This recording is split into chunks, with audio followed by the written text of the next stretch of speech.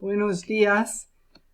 Hoy voy a leer un trabajo que hice en 2016, que había trabajado durante años con este asunto, pero hice un trabajo ese año y voy a leerlo y explicarlo.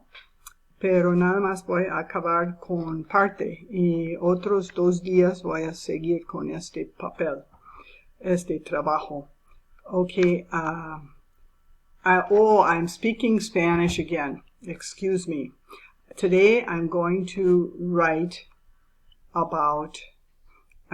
talk about a paper that I wrote around 2016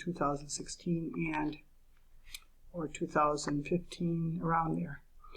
And I'm going to do this for 3 days. It'll take 3 days to get through this paper. So the first 10 or so minutes I will use on this paper today. Okay, the name of it is Addiction to Rewards and Punishments. Once upon a time there was a man named Michael. He had a wife named Mary. Every year they had a big party of about 30 people on Christmas Eve at their house.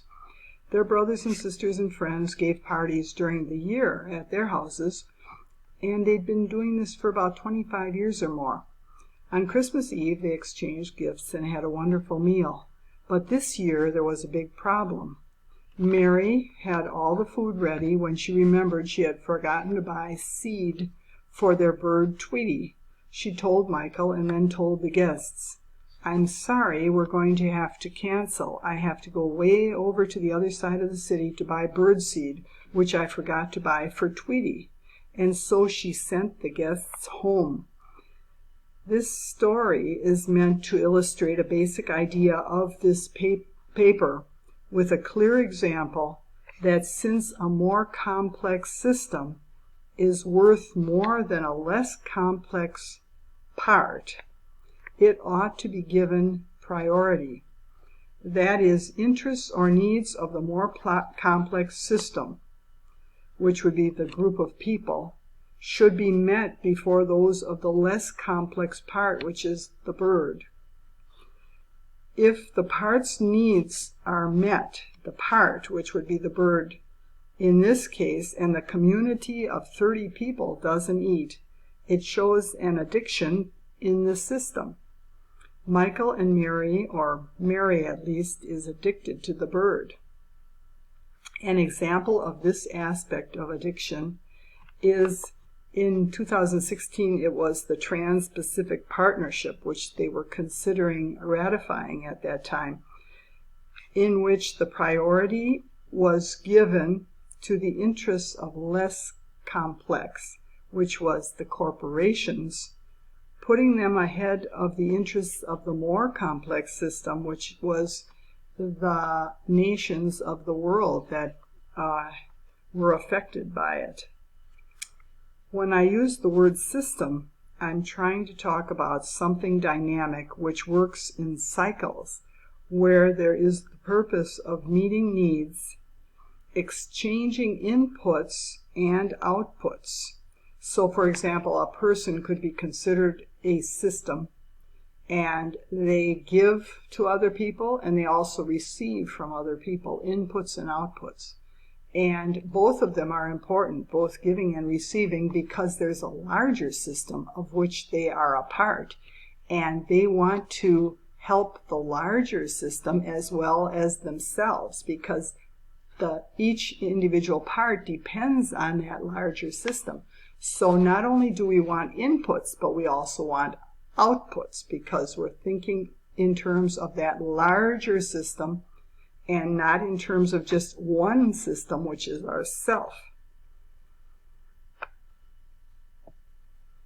In this paper, the definition of addiction is wider than drug addiction.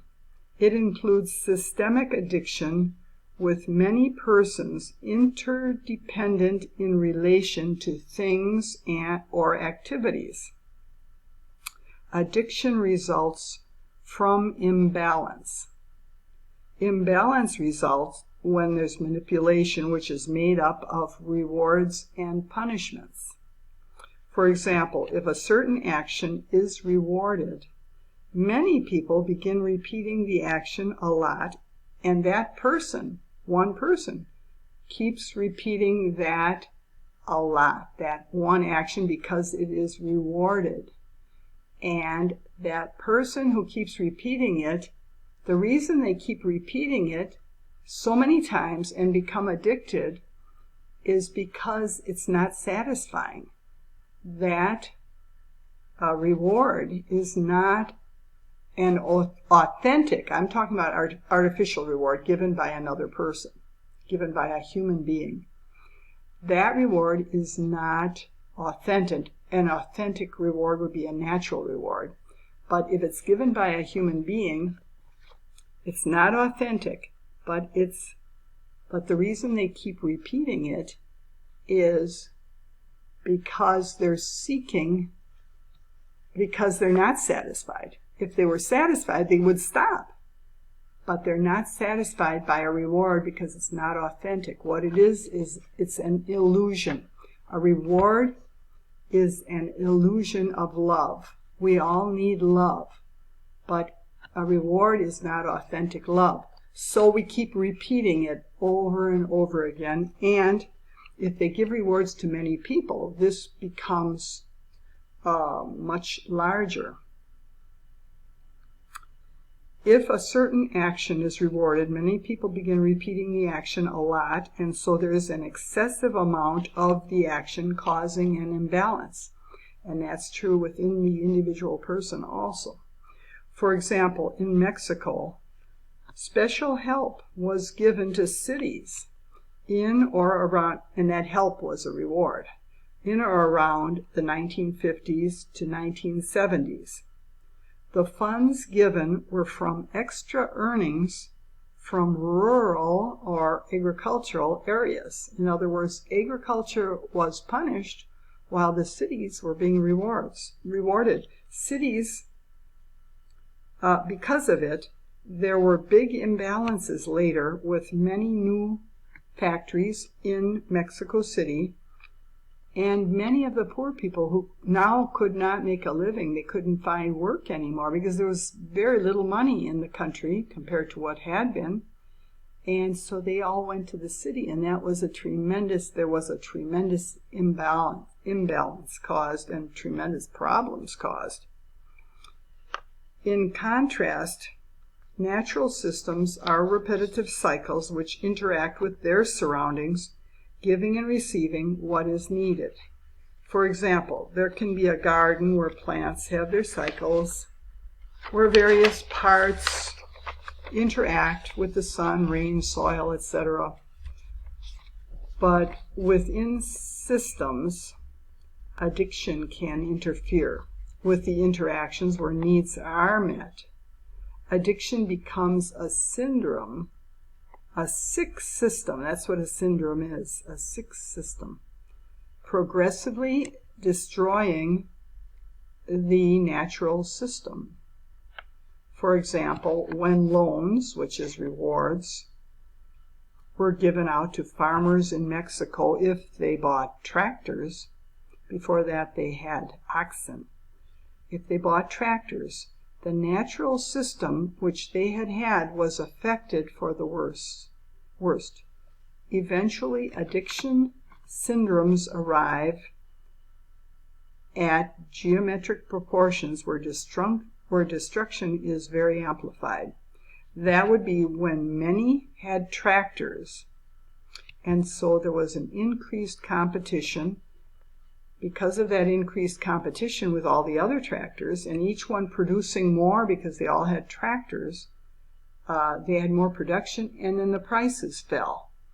And they had more costs, which meant they had to buy trucks to get to faraway places, farther away markets, because the little markets in their town, they couldn't sell all that stuff. So they had to get farther away, and those trucks cost money too.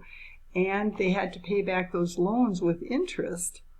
So eventually, these syndromes all these problems are growing in vicious cycles exponentially, and there's a tremendous destruction done to the community, to many things in the countryside, and eventually a lot of these farms were bought up from these people. They had owned them from the 30s when they had been given to them. They were called ejidos in Spanish in Mexico. That was the name of this type of farm. They were very natural, very slow going at first, but by the end they couldn't afford them, and or they were very difficult by the end, had caused a lot of problems, and they sold them. PepsiCo came along and bought up a lot of that land. An example of addiction can also be seen within the oil industry and its surroundings. Oh, my time is up for today. I won't go into oil right now. I'll continue next time, and give me some of your opinions if you have any. Thank you.